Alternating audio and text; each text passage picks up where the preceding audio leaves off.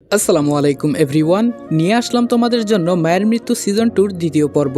আর ভিডিওটা যদি YouTube channel থেকে দেখে থাকো তাহলে অবশ্যই চ্যানেলটা সাবস্ক্রাইব করে দিও। আর যদি ফেসবুক পেজ থেকে দেখে থাকো তাহলে পেজটা অবশ্যই ফলো করে দিবা।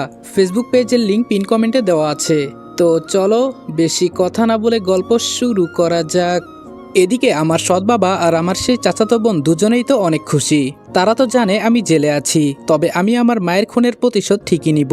আমার সামনে ওরা আমার মাকে খুন করেছে আর আমি কিছুই করতে পারিনি। এই দুঃখ আমার রাতের ঘুম কেড়ে নিয়েছে। এদিকে রিয়া তার চাচা চাচিকে বলল আমি রনিকে কিভাবে বুঝাবো আমি ওকে ভালোবাসি।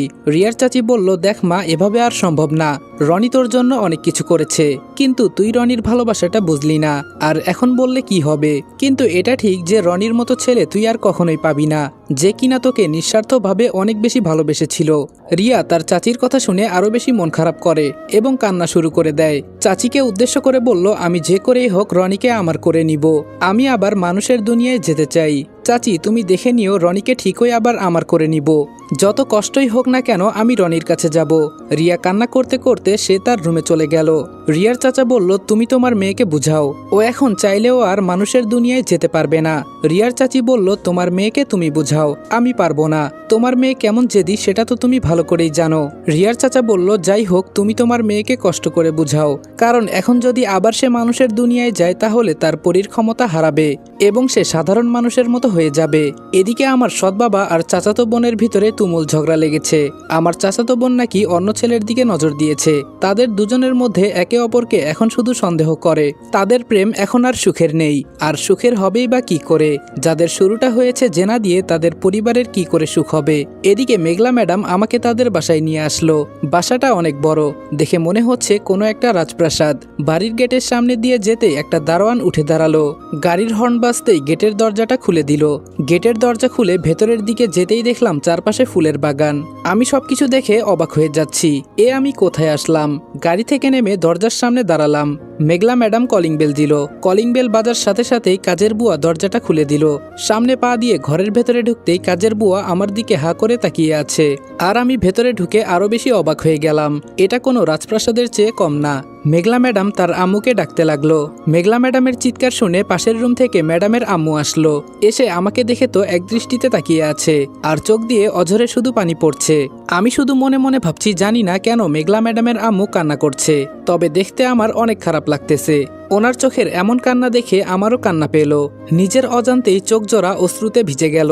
মেঘলা ম্যাডামের আম্মু দৌড়ে এসে কান্না করতে করতে আমাকে জড়িয়ে ধরে বলল, বাবা তুই এসেছিস? কোথায় ছিলি এতদিন? কিভাবে পারলি তুই তোর মাকে রেখে চলে যেতে? আমি বুঝতে পারছি তোর একটু অভিমান হয়েছে, তাই বলে তোর মাকে কিভাবে একা ফেলে চলে গেলি? মেঘলা ম্যাডামের আম্মুর মুখের কথাগুলো শুনে আমার মুখ থেকে কোনো কথাই আসছে না। আমি কিভাবে বলবো যে আমি ওনার ছেলে না? আমি কিছু বলতে যাব এমন সময় মেঘলা ম্যাডাম বলল, আম্মু ওকে এখন একটু রেস্ট নিতে দাও। মেঘলা ম্যাডামের আম্মু বলল, হ্যাঁ হ্যাঁ তুই ওকে ওর রুমে নিয়ে যা, আর আমি খাওয়া দাওয়ার ব্যবস্থা করতেছি। আজকে আমার ছেলে এসেছে, ও যা যা পছন্দ করে আজকে সবকিছু রান্না করা হবে, কোনো কিছুর কমতি হবে না। বুয়ারা তোমরা সবাই এখনই কাজে লেগে পড়ো। আমাকে তো কোনো কিছু বলার সুযোগও দেয়নি, আর আমি কিছু বলতেও চাইনি, কারণ আমি চাই না মেঘলা ম্যাডামের আম্মু কষ্ট পাক। তবে দেখা যাবে সামনে কি হয়। তারপর মেঘলা ম্যাডাম আমাকে একটা রুমে নিয়ে আসলো। রুমের ভেতরে ঢুকতেই দেখলাম রুমটা অনেক গোছানো এবং সুন্দর। আমি একটা মধ্যবিত্ত ফ্যামিলির ছেলে, আর আপনারা তো জানেনই মধ্যবিত্তদের রুম কেমন হতে পারে। আমি যেখানে থাকতাম সেখানে কত কষ্ট করে থাকতাম আমার মাকে নিয়ে। ওই কথাগুলো আজকে আমার খুব মনে পড়তেছে। আর এই রুমটা অনেক বেশি সুন্দর। জানি না এই রেদোয়ানটা আবার কে, তবে তার ভাগ্য অনেক ভালো। রেদোয়ান ছেলেটা কোথায় চলে গেল আল্লাহই ভালো জানে। তবে আমি ওই ছেলেটাকেও খুঁজে দেওয়ার চেষ্টা করব, কারণ আমি জানি মায়ের কাছে সন্তান কেমন হতে পারে। মেঘলা ম্যাডামের ভাই তার জন্য কতটা কাছের সেটা আমি উপলব্ধি করতে পেরেছি। মেঘলা ম্যাডাম আমাকে বলল, তুই রুমটা যেমন চাস ঠিক এভাবেই সাজানো আছে, তুই ফ্রেশ হয়ে একটু রেস্ট নে, তারপর আমরা সবাই একসাথে খেতে বসবো। অনেকদিন আমরা সবাই একসাথে খাই না। তারপর মেঘলা ম্যাডাম নিচে চলে গেল। আমিও ফ্রেশ হয়ে একটু রেস্ট নিচ্ছি। বিছানাতে শোয়া মাত্রই মনে হচ্ছে নরম কিছুর মধ্যে যেন পড়ে আছি। এর আগে কখনো এত নরম বেডে আমি শুই নাই। শোয়া মাত্রই আমার ঘুম চলে আসলো। মেঘলা ম্যাডাম নিচে আসলো। তাকে দেখে ওনার আম্মু বলল, মা তুই আমার রেদোয়ানকে কোথায় পেলি? কই আমাকে তো কিছুই বললি না। মেঘলা ম্যাডাম বলল, তোমার জন্য সারপ্রাইজ ছিল মা। মেঘলা ম্যাডামের আম্মু বলল, ওকে কোথায় পেলি? মেঘলা ম্যাডাম বলল, সে অনেক কাহিনী, জাস্ট এতটুকুই শোনো, রেদোয়ান এতদিন জেলে ছিল। কথাটা শুনে মেঘলা ম্যাডামের আম্মু বলল, আমার ছেলে জেলে ছিল, আমার ছেলের কি দোষ করেছে? মেঘলা ম্যাডাম বলল, সেটা তোমাকে পরে না হয় বলবো। ও একটা মিথ্যে মামলার আসামি হয়েছিল, তবে অনেক কিছুই আমাকে ভাবাচ্ছে। আমি সবকিছু ভেবে চিন্তে দেখি, পরে এই বিষয়ে তোমার সাথে কথা বলবো। আমি এখন যাই। তারপর মেঘলা ম্যাডাম তার রুমে চলে গেল। রুমে গিয়ে এই ফাইলটা নিয়ে উনি কি যেন ঘাটাঘাটি করছে, আর মনে মনে বলছে যে করেই হোক এর আসল সত্যটা বের করেই ছাড়বো। কিছুক্ষণ পরে রনি ঘুম থেকে উঠল। তারপর দরজা খুলবে এমন সময় নিচে থেকে ডাক দিল, রেদোয়ান কই তুই বাবা? খেতে আয় তাড়াতাড়ি। আমি সিঁড়ি দিয়ে নামছি, দেখি সবাই বসে আছে। একটা কথা মাথায় ঢুকছে না, মেঘলা ম্যাডামের বাবা কোথায়? উনাকে তো দেখতে পেলাম না। মেঘলা ম্যাডাম বলল, রেদোয়ান ভাই আমার, জলদি আয়, তোর জন্য আমরা সবাই বসে আছি। তারপর নিচে গিয়ে সবার সাথে বসলাম, কিন্তু আমি মেঘলা ম্যাডামের আম্মুকে আন্টি ডাকবো নাকি আম্মু ডাকবো সেটাই বুঝে উঠতে পারছি না। কারণ আমি যদি আম্মু ডাকি তাহলে আমি জানি উনি অনেক খুশি হবে, কারণ উনি তো আর জানে না আমি ওনার ছেলে রেদোয়ান না, আমি হচ্ছি রনি।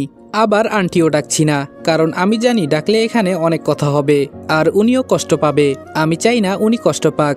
মা হারানোর ব্যথা আমি বুঝি, উনাকে আম্মু ডাকলে আমার তো কোনো ক্ষতি নেই। আর সব থেকে বড় কথা হলো মা তো মাই, মার সাথে কারো তুলনা হয় না। খাবারের টেবিলে বসার সাথে সাথে আমার সামনে একটা প্লেট দিল। প্লেটের মধ্যে কি নেই? মাছ, গরুর মাংস, শাকসবজি, চিংড়ি মাছ, এক কথায় সব রকমের রান্না করা হয়েছে আমার জন্য। আমি এত কিছু কি করে খাবো? কিন্তু এতগুলো খাবার এভাবে আমি কখনো দেখি নাই। আমার খুব লোভ হচ্ছে, ইচ্ছে করছে সবগুলো যেন এখনই খেয়ে ফেলি, কিন্তু আমি জানি এতগুলো খাবার কখনোই খাওয়া সম্ভব না। আমি বললাম, আম্মু তুমি বসো না, তুমিও খাও, সবাই একসাথেই খাবো। আমি হাত দিয়ে যখন ভাত খেতে যাব সাথে সাথে আমার হাতটা জ্বলে উঠলো। আমি হাত দিয়ে খেতে পারছি না। আম্মু বলল, তোর হাতে কি হয়েছে? আমি বললাম, কিছু না আম্মু, এমনি একটু ফসকা পড়েছিল। কারণ আমি যখন জেলে ছিলাম তখন ওইখানে কাজ করা লাগতো, যে কাজগুলো আমি কখনো আগে করিনি। ওইগুলো করতে গেলে আমার অনেক কষ্ট হতো। কথাগুলো মনে মনে ফিসফিস করে বলছি। এর মধ্যে মেঘলা ম্যাডাম বলল, এই ভাই তুই আমাকে আগে বলবি না? তাহলে তোকে আমি ডাক্তার দেখিয়ে নিয়ে আসতাম। আমি একটু পরে ডাক্তারকে কল করে দিব, উনি এসে তোকে দেখবে। আমি বললাম, আরে না ম্যাডাম, লাগবে না। মেঘলা ম্যাডামকে আমি যখন ওই ম্যাডাম বললাম, আম্মু বলল, কিরে তুই ওকে ম্যাডাম কেন বলতেছিস? আমি এবার একটু চমকে উঠলাম আর বললাম, ভুলে মুখ দিয়ে চলে এসেছে। তারপর আমি আবার বলে উঠলাম, আপু লাগবে না, এই সামান্য ফসকার জন্য কি ডাক্তার লাগে? তাও আবার বাড়িতে আসবে, কতগুলো টাকা চলে যাবে। মেঘলা ম্যাডাম বলল, কি বলছিস এসব? আমাদের যত সম্পত্তি আছে সবই তো তোর, টাকার জন্য কি তোর চিন্তা করা লাগে? বাবা তো দেশের বাহিরে আছে, তোকে পাওয়া গেছে এই কথা শুনতে পেরে অনেক খুশি হয়েছে, আর বলেছে আগামী সপ্তাহে ফ্লাইট কেটে তোকে দেখতে আসবে। এবার আমি বুঝতে পারলাম রিয়া ম্যাডামের আব্বু দেশে থাকে না। এদিকে আমি তো খেতে পারছি না। এটা দেখে রিয়া ম্যাডামের আম্মু বলল, এদিকে আয় বাবা, আমি তোকে খাইয়ে দেই। মনে মনে ভাবছি মায়ের হাতে কতদিন খাই না। যখন ওই আমার মুখের সামনে একটা লোকমা তুলে দিল, আমার চোখ দিয়ে সাথে সাথে পানি পড়তে শুরু করেছে। মায়ের হাতে কতদিন হলো খাই না। আজকে সত্যি আমি অনেক খুশি। আমি খুব তৃপ্তি নিয়ে খাবারগুলো খাচ্ছি। সত্যি বলতে মায়ের হাতে খেতে অনেক বেশি স্বাদ লাগে। ভালো খাবার দাবারের প্রয়োজন হয় না। যদি ডাল ভাতও হয় আর সেটা যদি খাওয়ানো হয় মায়ের হাতে, তাহলে সেটা হচ্ছে পৃথিবীর সর্বোচ্চ স্বাদওয়ালা খাবার। কথাগুলো শুধু মনে মনে ভাবছি আর মায়ের কথা চিন্তা করতে করতে চোখ দিয়ে পানি পড়তেছে। তখন আম্মু বলল, কিরে বাবা তুই কান্না করছিস কেন? আমি বললাম, ও কিছু না আম্মু, এমনি। সবগুলো খাবার শেষ করে আম্মু আমার মুখে হাত দিয়ে মুছে দিল আর বলল, দেখ বাবা, আর কখনো এভাবে যাবি না। যতই রাগ অভিমান হোক না কেন আমাদের ছেড়ে আর কখনোই তুই যাস না, কেননা তোর মা কিন্তু অনেক কান্না করেছিল, আমি অনেক অপেক্ষা করেছি। আমি তখন বললাম, ঠিক আছে আম্মু, আর কখনোই যাব না। মেঘলা ম্যাডাম বলল, ভাই তুই রুমে যা, আমি ডক্টরকে কল দিচ্ছি। আমি আর কিছুই বললাম না। মেঘলা ম্যাডামকে বললাম, ঠিক আছে আপু, আমি রুমে যাচ্ছি। রুমে এসে আমি ভাবতে থাকলাম, আমি এখন কি করব? আমাকে তো সত্যি ওনারা রেদোয়ান মনে করতেছে। এখানে আমার এখন কি করা উচিত? এদিকে আমার মায়ের মৃত্যুর প্রতিশোধ আমাকে যে করেই হোক নিতে হবে, তা না হলে আমার রুহ কখনো শান্তি পাবে না। অন্যদিকে এই রেদোয়ানকেও খোঁজা লাগবে, কোথায় আছে আর কেনই বা চলে গিয়েছে। কিন্তু আমি তার বিষয়ে কিছুই জানি না। তবে আস্তে আস্তে যে করেই হোক আমাকে সবকিছু বের করতে হবে। আর সর্বশেষ আমাকে অনেক বড় হতে হবে। যেদিন আমি নিজের পায়ে নিজে দাঁড়াতে পারবো সেদিন আমি ওদেরকে দেখিয়ে দেব আমার মাকে খুন করার প্রতিশোধ কি করে নিতে হয়। কথাগুলো ভাবতে ভাবতে আমি শুয়ে পড়লাম। একটু পরে একজন ডাক্তার এলো, সাথে মেঘলা ম্যাডাম। আমি বললাম, আরে আপু কি দরকার ছিল, তোমাকে তখন না মানা করেছিলাম আমি। মেঘলা বলল, তোকে এত কথা বলতে বলি নাই, তোর হাত দেখা। তারপর আমি ডাক্তারকে হাত দেখালাম, হাতের মধ্যে অনেকগুলো ফোসকা ফুটে গেছে। এগুলো দেখে তো মেঘলা ম্যাডামের চোখ দিয়ে পানি পড়তেছে আর বলতেছে, কিরে ভাই, তুই আমাকে আগে বলবি না? তোর হাতের দিকে তো আমি তাকাতেই পারছি না, তোর অনেক কষ্ট হয়েছে তাই না ভাই? আমি বললাম, আরে আপু তেমন কিছু না, এটা তো সামান্য, এর থেকেও বড় কষ্ট আমি সহ্য করে এসেছি, এটা তো কিছুই না। মেঘলা বলল, তোকে আমি কখনো কষ্ট পেতে দেই নাই, আর তুই কি না এত কষ্ট করলি? তখন আমি মনে মনে ভাবছি, আমার কষ্টের কথা ওনাদেরকে বললেও ওনারা বিশ্বাস করবে না, ওনারা বুঝবেও না, তাই কষ্টের কথা না বলাই ভালো। তারপর ডাক্তার আমার হাত দেখে কিছু মেডিসিন লিখে দিল আর বলল এগুলো ঠিকমতো নিয়ম অনুযায়ী খেয়ে নিতে। তখন মেঘলা আপু বলে উঠল, আফসানা এদিকে আয়। আমি ভাবতেছি এই আফসানাটা আবার কে? আজকে সারাদিনই তো আমি এই বাসায় আছি, কই এই নামটা তো শুনি নাই, খাবার সময়ও তো তাকে দেখিনি। তখন দেখতে পেলাম একটি মেয়ে আমার রুমের দিকে আসছে। মেয়েটি বোরকা পরে আছে, দেখে মনে হচ্ছে কোনো একটা পরী হেঁটে আসছে। লাজুক পায়ে হেঁটে হেঁটে রুমে আসলো। তখন মেঘলা বলল, আফসানা তোর হবু স্বামীর সেবা করতে হবে, এখন থেকে তুই আমার ভাইকে দেখে রাখ, আমি আর পারবো না। মেঘলা ম্যাডামের মুখে এমন কথা শুনে আমি তো আরো অবাক হয়ে গেলাম, কি হচ্ছেটা কি আমার সাথে, আমার তো কিছুই মাথায় ঢুকছে না। আফসানা বলল, ছি আপু, তুমি এসব কি বলছো? আমি এখন এসব পারবো না, যা করার সব করব বিয়ের পরে। মেঘলা বলল, এই ভাই তুই ওকে একটু বুঝা, আমি তো এক দৃষ্টিতে আফসানার দিকে তাকিয়ে আছি, এত সুন্দর কি কোনো মেয়ে হতে পারে? তার চোখ দুটো হরিণীর মতো টানা টানা, তার ওই চোখ দেখে তো আমি মায়ায় পড়ে গেছি। কিন্তু না, মায়ায় পড়া যাবে না, আমাকে অনেক কিছু করা লাগবে, আমার উপর অনেক দায়িত্ব আছে। আমি মেঘলা ম্যাডামকে বললাম, আপু আমি ওকে বোঝাতে পারবো না। আফসানা বলল, ঠিক বলেছেন ভাইয়া, এই জন্য তোমাকে আমার অনেক ভালো লাগে। আপু তুমি যে বারবার আমাকে বলো উনি আমার হবু স্বামী, তোমাকে কি আম্মু বলেছে? মেঘলা বলল, খালামণি তো বলেছে তোকে রেদোয়ানের সাথে বিয়ে দিবে, আর রেদোয়ানও তোকে অনেক পছন্দ করে। এই কথাটা শুনে তো আমি আরো অবাক হয়ে গেলাম, রেদোয়ান করেছেটা কি? ও কোথায় চলে গিয়েছে আল্লাহ ভালো জানে, আর এখানে আমাকে ফাঁসিয়ে দিয়ে গেছে। আমি নাকি এই মেয়েকে পছন্দ করি, এখন আমি কি যে করব কিছুই বুঝতে পারছি না। তখন ওই মেঘলা ম্যাডাম বলে উঠল, তুই কিছু বলতেছিস না কেন? তুই যে ওকে পছন্দ করিস, ভালোবাসিস, এটা এখন বল। আমি বললাম, আরে আপু বাদ দাও না এসব। আফসানা বলল, আচ্ছা আমি ওষুধ খাইয়ে দিতে পারবো, যতটুকু সেবা করা লাগবে ততটুকু আমি করব। মেঘলা বলল, এখন কিভাবে রাজি হলি? তুই তো কোনো পরপুরুষের সামনে যাস না, তুই তো পর্দা করিস। আফসানা মনে মনে ভাবছে, রেদওয়ান ভাইয়া যে পরিমাণে রাগী, আমি যদি এখন না করি আমার অবস্থা শেষ। মেঘলা বলল, আচ্ছা ঠিক আছে, যেহেতু দায়িত্ব নিয়েছিস তাহলে এটা তুই পালন করবি।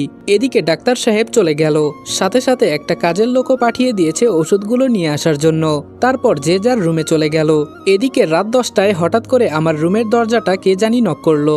রেদওয়ান ভাইয়া বলে খুব মিষ্টি একটা কণ্ঠে একটা মেয়ে আমাকে ডাকছে। কণ্ঠটা শুনে অনেক মায়াবী মনে হচ্ছে, মনে মনে ভাবছি এটা হয়তো আফসানা। তখন আমি বললাম, বাহিরে কে? ওপাশ থেকে বলল, আমি আফসানা, আপনার জন্য খাবার নিয়ে এসেছি, ঔষধ খেতে হবে আপনাকে, আপনি খাওয়ার জন্য নিচে আসলেন না কেন? আমি বললাম, আমার ক্ষুধা নেই, আপনি যান শুয়ে পড়েন। আফসানা বলল, না সেটা করা যাবে না, আমার দায়িত্ব আমি পূরণ করতে হবে, তা না হলে আমার কাছে একদমই ভালো লাগে না, আর দায়িত্ব নিলে দায়িত্বটা সম্পূর্ণ করা লাগে। মেয়েটার এমন মিষ্টি মিষ্টি কথা শুনে আমি তো আরো পাগল হয়ে যাচ্ছি, মনের মধ্যে তো বসন্তের ফুল ফুটছে। তখন আমি আর দেরি না করে দরজাটা খুলে দিলাম। খুলতেই ওর মুখটা দেখে আমি অনেক চমকে গেলাম। দুপুরে যখন আসলো তখন তো বোরকা পরা ছিল, তাই ভালো করে মুখটা খেয়াল করতে পারি নাই, কিন্তু এখন পুরো পোশাকে শালীনতা আছে, শুধু মুখটা দেখা যাচ্ছে। আফসানাকে দেখে কোনো পরীর থেকে কম মনে হচ্ছে না। তখনই আমার রিয়ার কথা মনে পড়ে গেল। রিয়া আমার সাথে কতই না খারাপ ব্যবহার করেছে, ওকে আমি নিঃস্বার্থভাবে ভালোবাসতাম, আর তার ফলস্বরূপ আমি কি বা পেলাম? অবহেলা, অত্যাচার আর অন্যের দোষের সাজা। হয়তো নিঃস্বার্থভাবে ভালোবাসার এটাই পরিণতি, এজন্য আমার সাথে এমনটা হয়েছে। আসসালামু আলাইকুম এভরিওয়ান, মায়ের মৃত্যু গল্পের সিজন 2 দ্বিতীয় পর্ব এখানেই শেষ করলাম। ভিডিওটা ভালো লাগলে উড়াধুরা লাইক, কমেন্ট এবং শেয়ার করে দিবা। আর ইউটিউব চ্যানেলে নতুন হলে সাবস্ক্রাইব করতে ভুলবে না। আর ভিডিওটা যদি ফেসবুক পেজ থেকে দেখে থাকো তাহলে পেজটা অবশ্যই ফলো করে দিবা। তো দেখা হচ্ছে নেক্সট ভিডিওতে, ততক্ষণ ভালো থাকবা, সুস্থ থাকবা, আল্লাহ হাফেজ।